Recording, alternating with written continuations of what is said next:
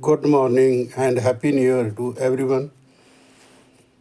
Now I am coming to my topic. My today's topic is on advocate on record examination. So those who are going to appear in the advocate on record examination after a few months, which is going to be held in near about June 2025. So I am before you with one case law, which is in the syllabus of the advocate on record. This is Githa Hariharan versus Reserve Bank of India, 1999. Before going into the issue, I will read out one of the section, that is section 6A, 6 subclass A of the Hindu Minority and Guardianship Act 1956. I am reading out this section. It stated that the father is the natural guardian of the minor child and the mother is the guardian only after the father's death or incapacity. Now, this dispute is regarding the word after. What does it mean? This is the issue in this case. So, the Honorable Supreme Court, rather than reading it literally, it has expanded its meaning. So, this case revolves around the interpretation of this word after.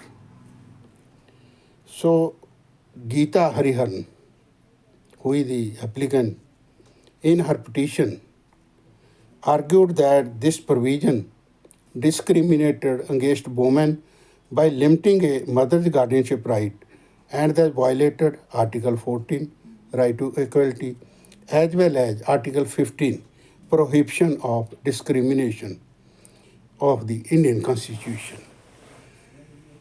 If I go by the background of this case, the background involved around Miss Hariharan applying for relief bond in her son's name in 1984 with her as natural guardian. But the Reserve Bank of India rejected her application, insisting that father consent or guardianship certificate was needed.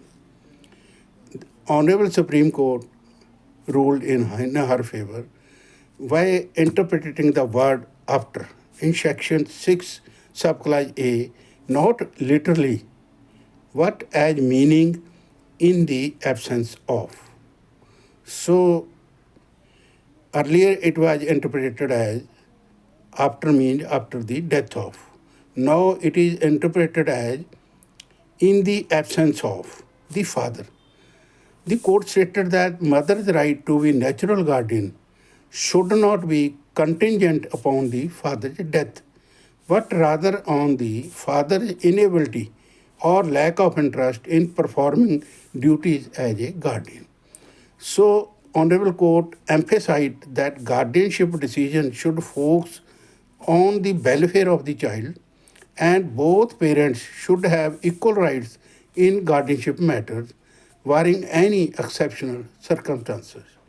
So, I can say this landmark judgment that struck down the rigid application of the law as discriminatory, affirming that a mother can be the natural guardian if the father is absent or indifferent, and promoting gender equality in guardianship rights.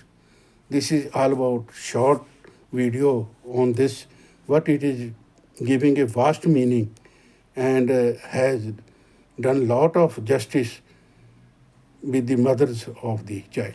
That's all. God bless you all.